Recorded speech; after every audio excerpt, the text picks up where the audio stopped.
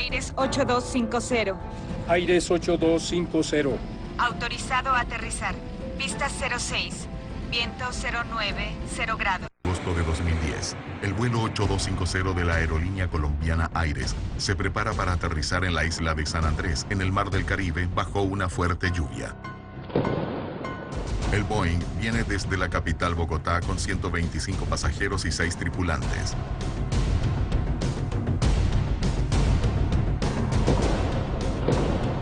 El vuelo, de 1 hora y 30 minutos, está a pocos segundos del aterrizaje.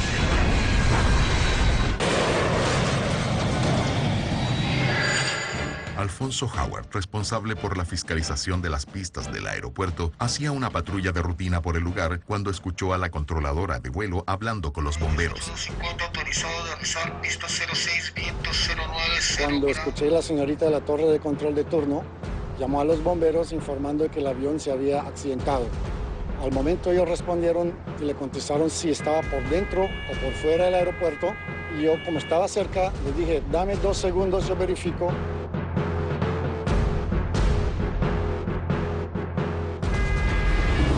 Aproximadamente a la 1 de la mañana, 55 minutos, recibo una llamada de San Andrés, de la torre de control.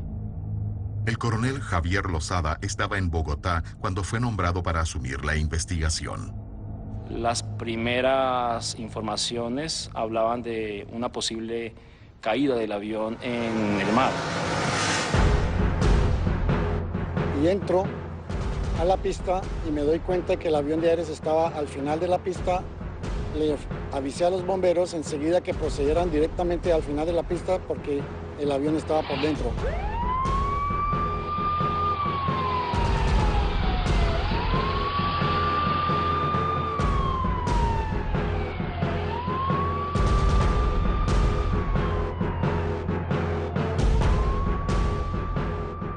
Yo fui la primera persona a llegar al sitio. Ya venían personas que habían salido del avión por sus propios medios, caminando, y traté de reunirlos en un solo sitio, pero era tanto el susto de las personas que todo el mundo salió caminando por un lado diferente.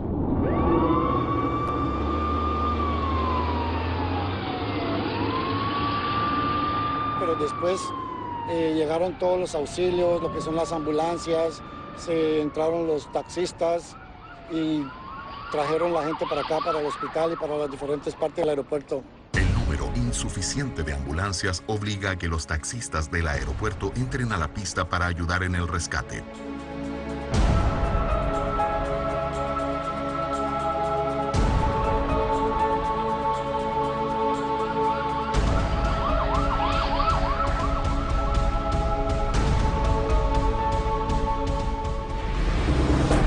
La misma controladora y el personal de la torre de control nos informa que el avión no había caído en el mar, estaba sobre la pista y que habían sobrevivientes en su gran mayoría.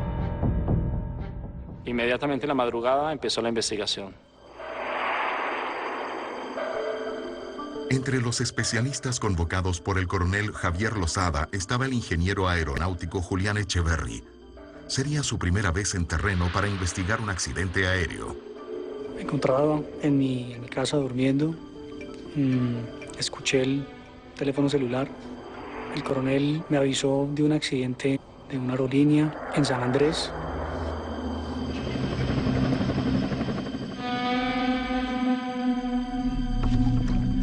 Él nos dio unos pasos a seguir, una serie de verificaciones de datos iniciales para llevar al sitio. Los contactos que yo inicio los hago después de las 5:30 de la mañana cuando me entero de acuerdo al mensaje recibido en mi celular. El coronel Guillermo Alfonso, de la Aeronáutica Civil de Bogotá, también integraba la comisión investigadora del caso Aires 8250. Desde que se presenta el accidente, no teníamos idea del sitio del accidente, ni las condiciones en que se había presentado, ni aún menos en qué condiciones y cómo estaba la aeronave. Nos informaron que afortunadamente el 99% habían sobrevivido tanto pasajeros como la tripulación.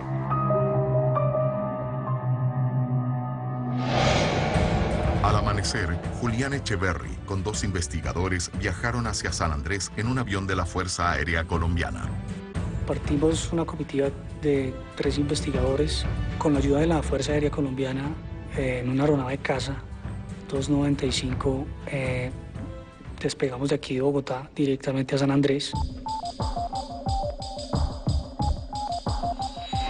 En la misma madrugada, periodistas se enteran del accidente. En Caracol nos enteramos del accidente de Aires gracias a la radio, información que suministran emisoras locales hacia el continente.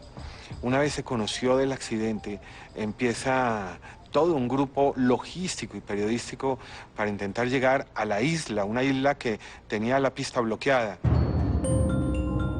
El mal tiempo imposibilitaba el descenso de las aeronaves. Ni siquiera el equipo de investigación lograba autorización para aterrizar. Alcanzamos a hacer una serie de tomas aéreas, unas fotografías aéreas del sitio. Desde el aire evidentemente se veía la aeronave completamente destruida, se veía seccionada en 3 partes.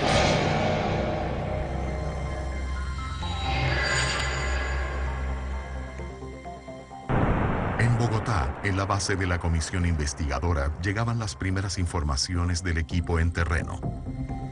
Los investigadores, una vez llegan al sitio del accidente, hacen una caminata inicial para reconocer los daños del avión y las partes principales del avión, hacen un registro fotográfico.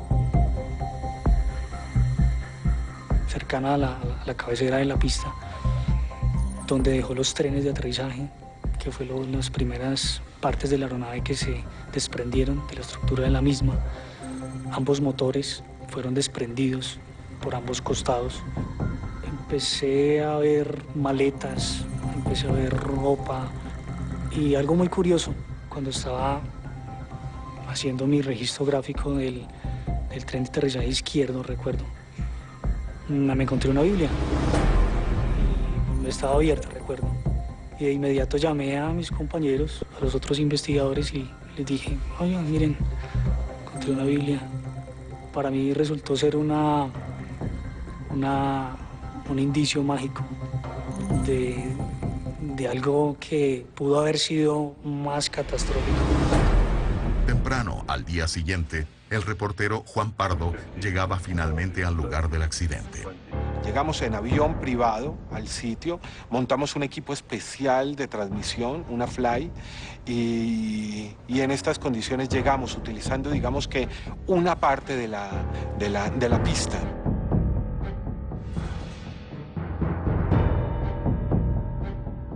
Que me haya llamado la atención en el lugar, en el sitio, sin duda, la forma como quedó el avión. Nunca había visto cómo un avión se parte en 3 pedazos y las personas, sus ocupantes, en un 99% sobreviven.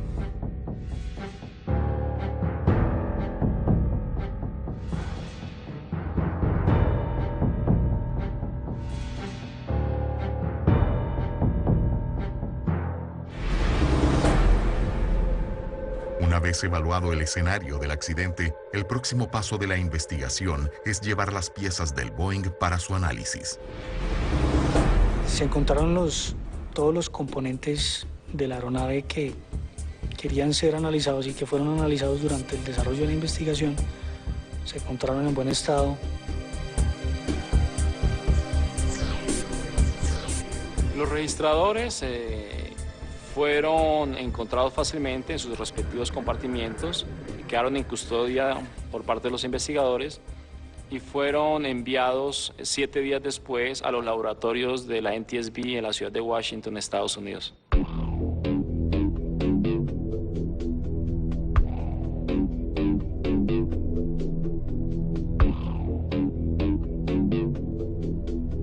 La recolección de muestras es el primer paso para develar el misterio del accidente. Y en este caso, algunos factores hacen la diferencia. El buen estado de las piezas del avión, las cajas negras intactas y, lo principal, los sobrevivientes. El factor de que la tripulación no haya fallecido en el accidente para nosotros y para cualquier investigación de un accidente aéreo es muy importante en el sentido de que ellos nos pueden dar toda la información previa, durante y después del impacto.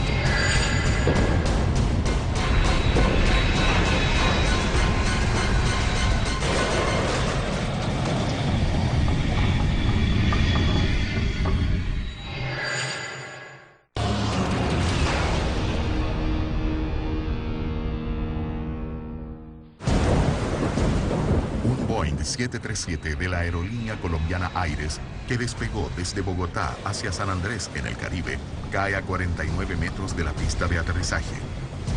El impacto con el suelo a baja velocidad parte en tres a la aeronave. Un pasajero muere instantáneamente, otro lo hace en el hospital.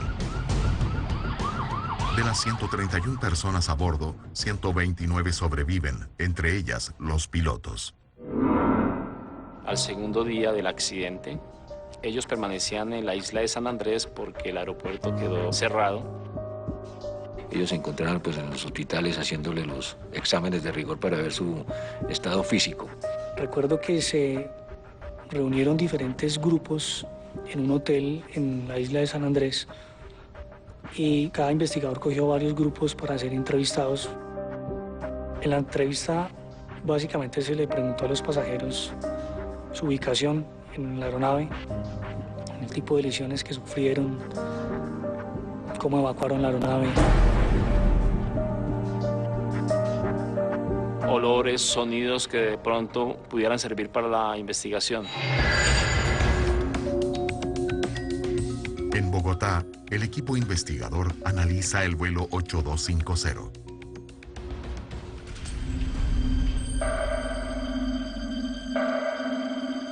80 nudos.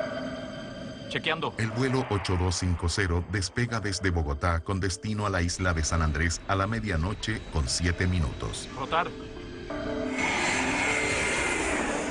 La aeronave es un Boeing 737-700 fabricado en 2003 y con poco más de 23.000 horas de vuelo. La aeronave no tenía ningún mantenimiento pendiente y no tenía ningún problema técnico que hubiera afectado la seguridad del vuelo. Al mando de la aeronave, con más de 7.000 horas de vuelo, está el piloto Wilson Gutiérrez, de 43 años. El copiloto es Camilo Piñeiros, tenía 25 años y 190 horas de vuelo. El piloto tenía mucha experiencia en aviones turbohélice, aproximadamente 7.600 horas. Y había sido chequeado en el equipo Boeing 737 hacía 9 meses. Llevaba al momento del accidente 343 horas de vuelo. Una experiencia no muy aceptable en el sentido de la capacidad para poder tener el equipo, puesto que había sido entrenado y capacitado en el equipo turboaéreo. El copiloto tenía 25 años, había hecho su carrera en la empresa. Tenía experiencia en aviones turbohélice y había volado el 737 desde hacía aproximadamente 11 meses. Había acumulado aproximadamente 800 horas de vuelo. La hipótesis de que la poca experiencia de los pilotos pudo haber contribuido al accidente sigue en evaluación, pero esta no es la única pista en la mesa de los investigadores. Informaciones que transmitieron las emisoras y a través del impacto que vieron ellos por los diferentes videos que ellos de pronto pudieron conseguir, y se dice que el rayo había podido derribar el avión.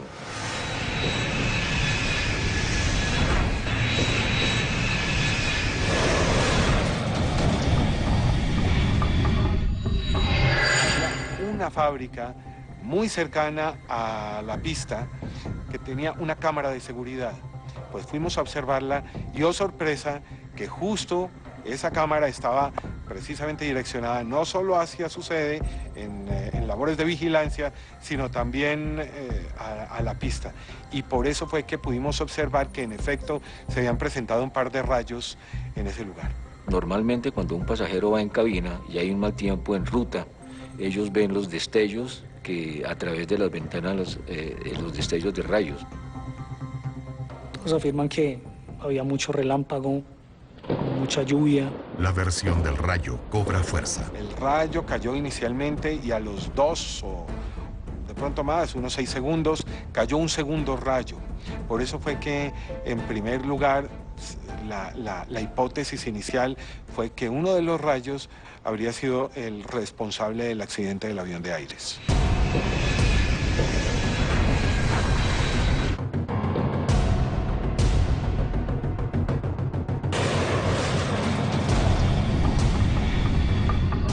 Pero los investigadores cuestionan esa posibilidad.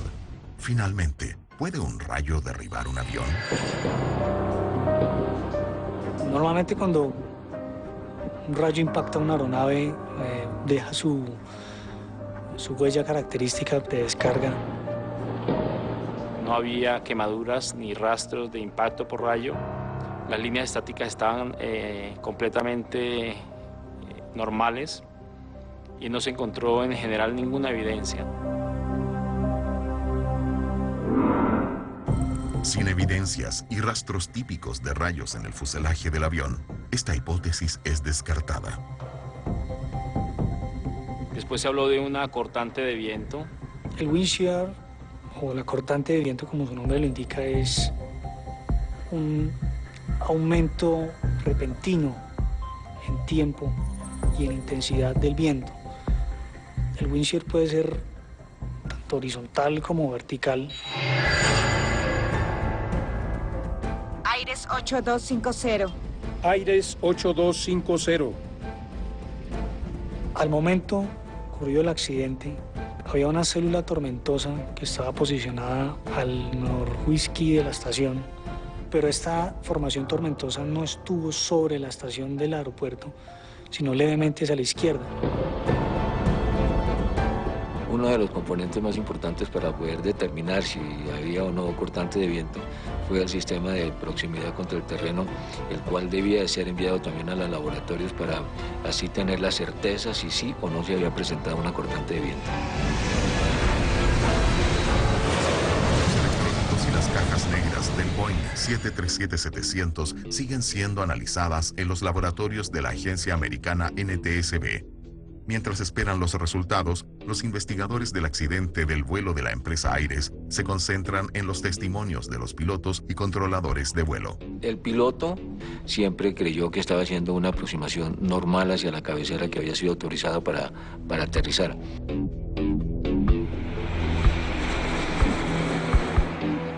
Aires 8250. Autorizado a aterrizar. Pista 06.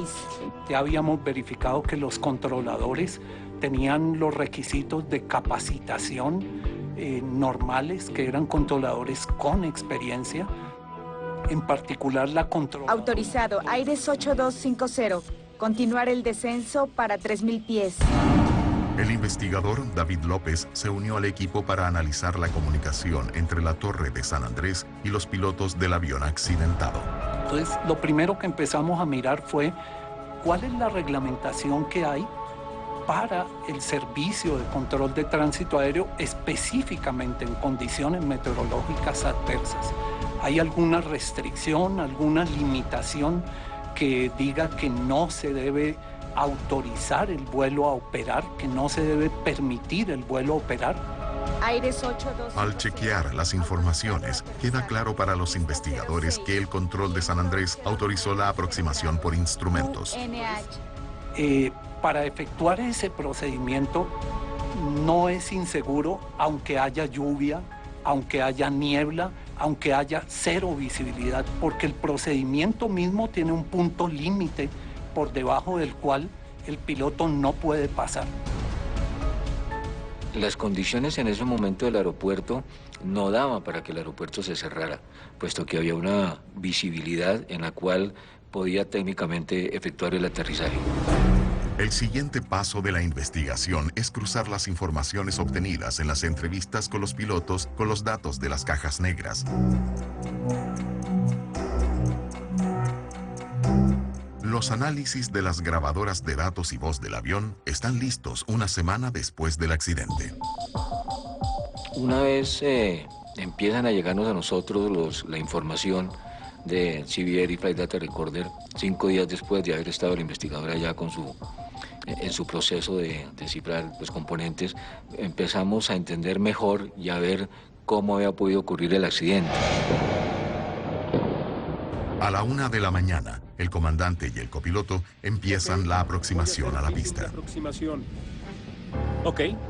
El procedimiento es Vol Zulu para la pista 06. Enseguida, piden autorización a la Torre de Panamá para iniciar el procedimiento de descenso. Panamá Control, Aires 8250. 17 minutos antes del accidente, el controlador de la Torre de Panamá autoriza a continuar el descenso a 20.000 pies. En ese momento pasa la frecuencia para San Andrés, que enseguida autoriza el descenso a 3.000 pies y aproximación a la pista 06. Aires 8250. Prosiga 8250. Descenso para 3.000 pies. Las condiciones que se le reportaron a la aeronave cuando mantuvo primer contacto con la estación estaban buenas respecto a que no había precipitación sobre la estación, que había buena visibilidad horizontal, pero que se avistaban relámpagos y se escuchaban truenos, que eso fue la primera información que se le dio al capitán. Al momento hay tormenta sobre la estación. La visibilidad era mayor a 10 kilómetros cuando el vuelo estaba 15 minutos antes de aterrizar, como 60 millas fuera. Aires 8250, autorizado a aterrizar. Pista 06, viento 09, 0 grados. 10 nudos QNH, 2987. Cuando el vuelo ya entró en la trayectoria final hacia la pista, la lluvia había evolucionado de llovizna a lluvia más fuerte. Lluvia fuerte sobre la estación. Visibilidad reducida, 5 kilómetros. Después la controladora dio un informe adicional cuando el piloto ya estaba en la mitad del procedimiento de aproximación final. Flaps 30 grados, confirmando aterrizaje. Le dio un informe de que la visibilidad ahora eran 4.000 metros y la lluvia estaba más fuerte todavía. Visibilidad reducida, 4 kilómetros. Pista encharcada. Vientos 040 grados. 8 nudos. Recibido, pista encharcada, viento 040 grados, 8 nudos. En ese momento, la controladora informó en la entrevista que ya tenía ella el avión a la vista. Entonces ella preguntó al piloto si tenía el campo a la vista. El piloto respondió inicialmente que no, pero ahí mismo al terminar su respuesta ya respondió que ahora sí tenía el aeropuerto a la vista. All set for landing y estamos autorizados. En ese momento, la torre de control informa que hay una ráfaga de viento de 15 nudos en el sentido contrario a la dirección del avión. El capitán revisa con el copiloto los procedimientos en caso de Winchard. De frente con 15. En caso Winchard, toga, Max, Trush.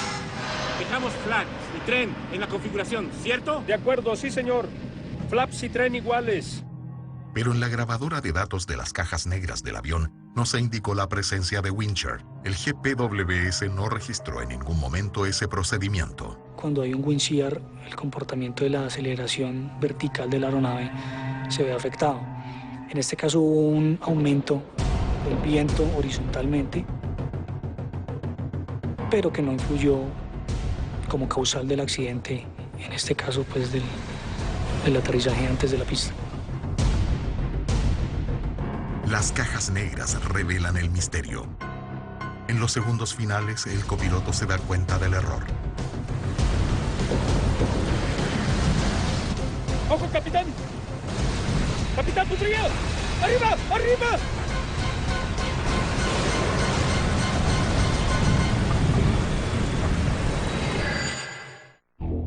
Un Boeing de la aerolínea colombiana Aires cae en la isla de San Andrés segundos antes de aterrizar.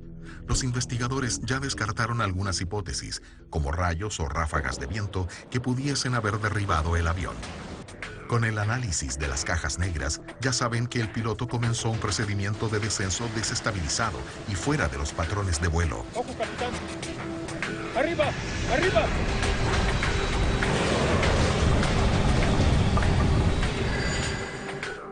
Para comprender por qué pasó eso, se realizaron simulaciones del vuelo 8250. En los Estados Unidos, en los laboratorios, se hace una simulación del vuelo.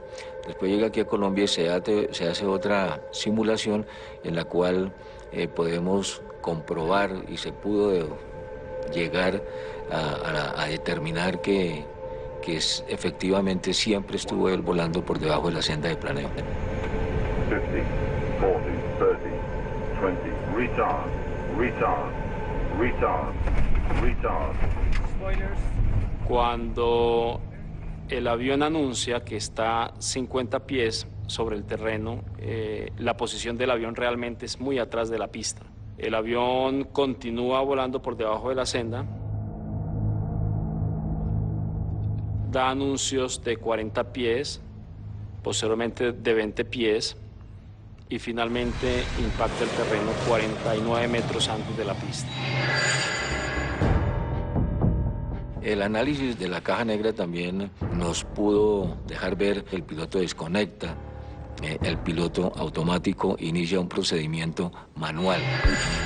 El análisis de los datos muestra que el comandante no cumplió con una recomendación del fabricante del avión, que era que debía desconectar el piloto automático antes de la aproximación final. Este modo de navegación hace que el piloto tenga mayores cargas de trabajo. El modo recomendado por la Boeing específicamente lo que quiere es que el piloto tenga menos cargas de trabajo y que el perfil de aproximación sea más eficiente. Él debía de haber utilizado los recursos de cabina en el sentido de sus procedimientos automáticos para tener un menor esfuerzo y haberse concentrado más en su aproximación.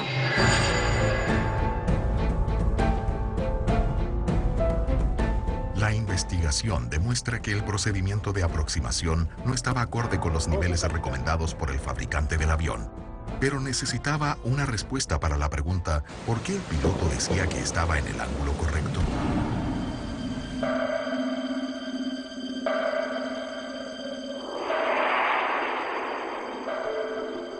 Las características del aeropuerto de San Andrés por encontrarse en una isla y en las horas de la noche, sobre todo, normalmente toda la iluminación que dan, entonces van a haber unos contrastes que pudieron haber también al piloto haberle hecho ver una visión diferente de lo que él podía haber visto en su aproximación final.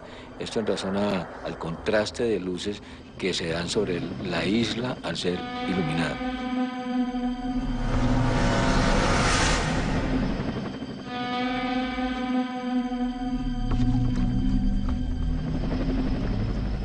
Los componentes o los elementos técnicamente que el piloto debe analizar y mirar son los instrumentos que le dan a él para poder ver la aproximación. El caso están de las luces PAPI, por ejemplo, que es una ayuda que en ese momento ellos tienen ahí para poder analizar la senda de planeo en la cual se estaban acercando para la cabecera que les autoriza la torre de control.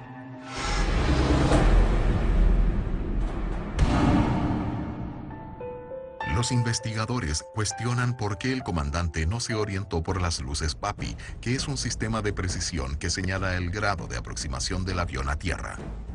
Esa fue la pregunta que surgió dentro de la investigación.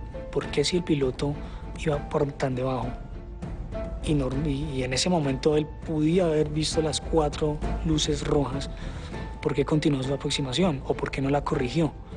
Las luces PAPI quedan en los laterales de la pista y sirven como referencia visual al piloto. En la posición correcta, él debe ver 2 luces rojas y 2 luces blancas. Cualquier configuración diferente indica que el avión está demasiado alto o demasiado bajo. Aires 8250, autorizado a aterrizar. Pista 06. All set for landing. Y estamos autorizados. Y se llegó a la conclusión de que la técnica de vuelo de ellos era tan confiada, su modo de ver, estaban haciendo lo correcto. Mal tiempo, poca visibilidad, falta de referencias visuales alrededor de la pista, procedimientos de descenso contrarios a las exigencias del fabricante del avión. Finalmente, ¿qué llevó al piloto de Aires 8250 a aterrizar fuera de la pista? Las condiciones que arrojaron la simulación y las conocidas condiciones meteorológicas de San Andrés El hecho de haber sido una aproximación nocturna con lluvia, con muy pocas referencias visuales, hacen que el efecto de agujero negro se pudo haber presentado durante este accidente. Papi, ¿podría? ¡Arriba! ¡Arriba!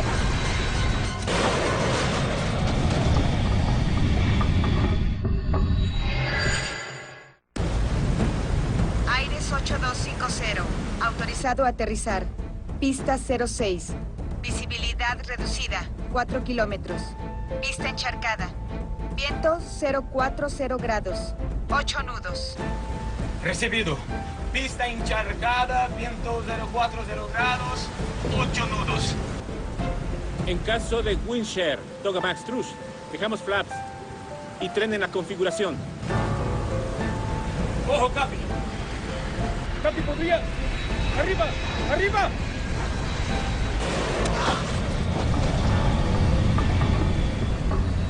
Los investigadores del accidente Aires 8250 aún buscan una respuesta para la tragedia del avión. Después de analizar todos los datos y registros del vuelo, surge una hipótesis más fuerte. La información que obtuvimos de los componentes del CBR y Flight Data Recorder nos dio siempre que estuvo por debajo de la sonda de planeo. Eso pudo haber sido ocasionado y originado a la visión que él tuvo en ese momento durante su aproximación a la pista. El comandante hizo una aproximación a una altitud más baja de la recomendada y los investigadores desconfían que la causa fuera un fenómeno visual llamado agujero negro. Podemos decir que ese agujero negro, que en medicina lo llamamos como punto ciego, es un punto donde el nervio óptico conecta a la retina con el cerebro en una parte que se llama una lámina visual, y en esa área no existen unas células que se llaman conos y bastones, que son los que nos dan la visión de día y la visión de noche. Ahí no existen. Entonces, esos dos puntos de cada ojo son totalmente ciegos.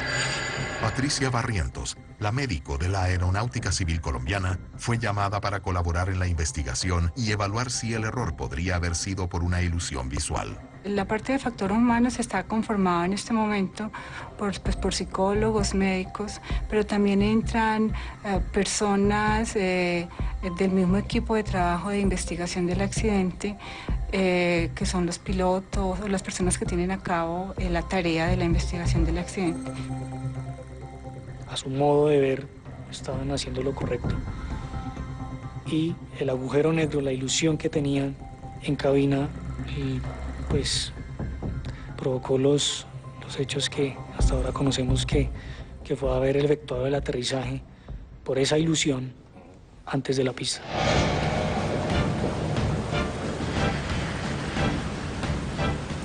Faltando ya un segundo para el aterrizaje, el copiloto le avisa a él que suba a la aeronave. Le dice: comandante, suba a la aeronave.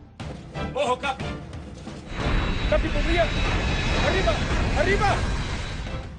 Eso quiere decir que él ya se dio cuenta cuando estaban ya sobre el terreno para el impacto.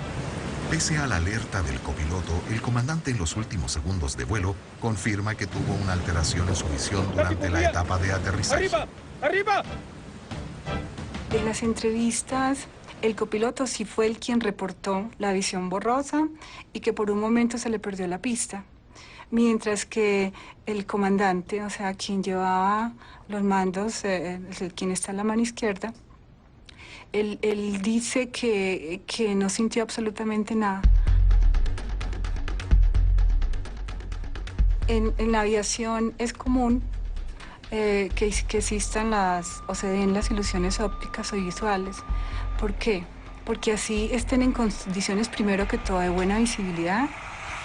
No están exentos de fenómenos como niebla, lluvia, contaminación, que hacen que sean factores que disminuyan un poquito la parte visual. En San Andrés se presentaron características que se presentan en condiciones de agujero negro, como son poca iluminación, pocas referencias visuales, un vuelo de noche y una aproximación en condiciones de meteorología adversa.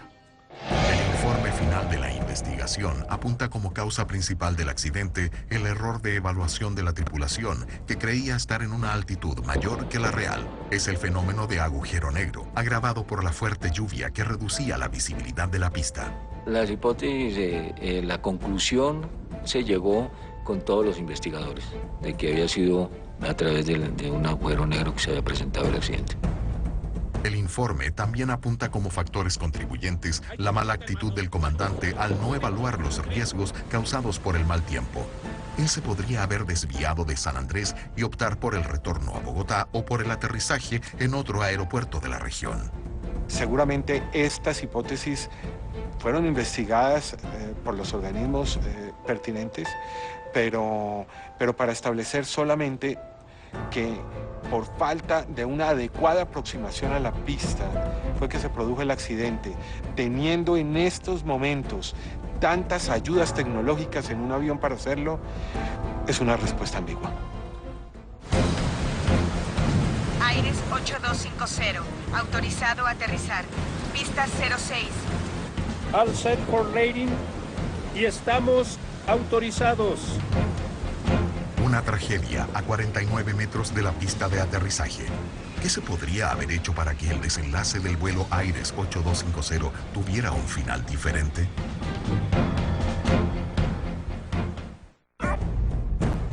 Aires 8250, autorizado a aterrizar. Pista 06. Visibilidad reducida 4 kilómetros. ¡Capi, podría! ¡Arriba! ¡Arriba!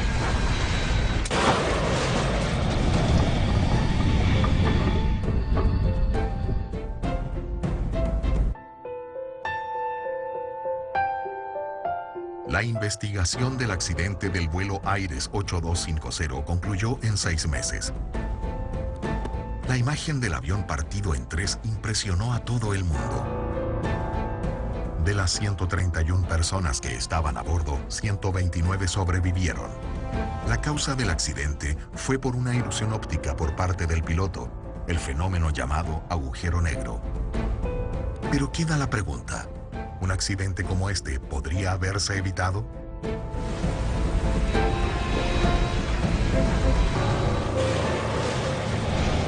Posiblemente sí, pero decir cuándo es difícil. Hubieran podido prever la meteorología y haberlo cancelado, por ejemplo, o haciendo una espera mientras las condiciones mejoraran. Haber empleado mecanismos o recursos por parte de la tripulación adicionales a los que usaron, un sobrepaso y una ida al aire y proceder a un alterno.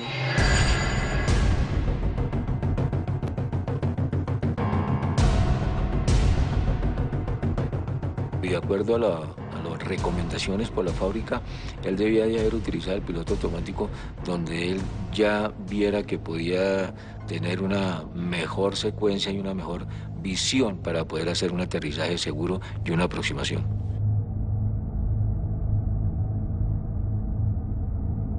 Se pudo haber evitado si hubiera habido un cierto control de CRM, una gestión de recursos en cabina por parte de la tripulación en cuanto a qué decisiones tomar y qué no.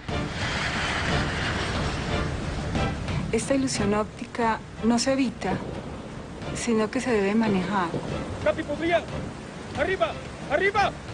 Primero que todo, el tripulante debe de saber que hay unas limitaciones, tenemos unas limitaciones humanas para poder desempeñar un trabajo. Somos propensos a ilusiones ópticas, sobre todo ellos en determinadas condiciones. ¿Cómo se puede evitar? Confiar mucho en sus instrumentos. Confiar de que lo que le digan los instrumentos, porque la tecnología hoy está muy avanzada y precisamente fue adaptada a la ergonomía, fue adaptada a la fisiología humana. All set for landing y estamos autorizados. Flap 30 grados, confirmado aterrizaje. Aires 8250, visibilidad reducida 4 kilómetros. Pista encharcada, vientos 040 grados, 8 nudos. Recibido, pista encharcada, viento 040 grados, 8 nudos. Ojo, Capi. Capi, podría. Arriba, ¡Arriba!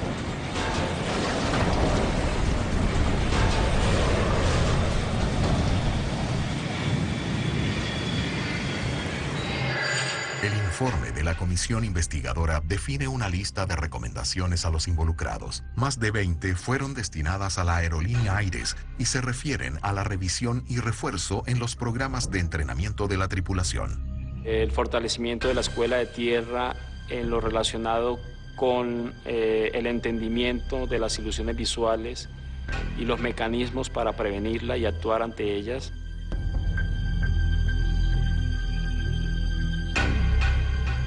La revisión de todos los procedimientos de estandarización de los pilotos.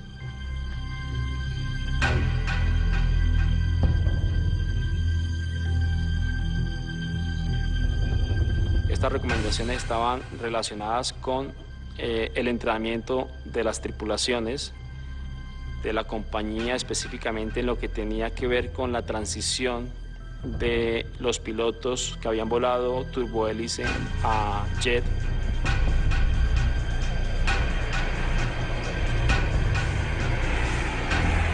Las políticas de la compañía respecto a cuándo se deben hacer las transiciones de los pilotos, teniendo en cuenta que el Boeing 737 era un avión recién adquirido por la compañía.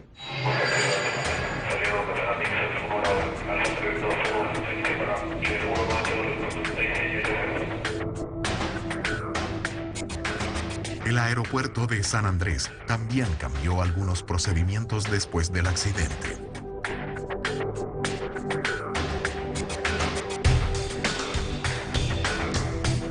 El Instituto de Meteorología decidió tener un meteorólogo adicional durante toda la noche. La enseñanza para la aeronáutica civil es las auditorías que se deben hacer como teoría aeronáutica a las empresas con el fin de poder corroborar su entrenamiento para los pilotos y su formación para que así no vuelva a ocurrir este tipo de accidentes.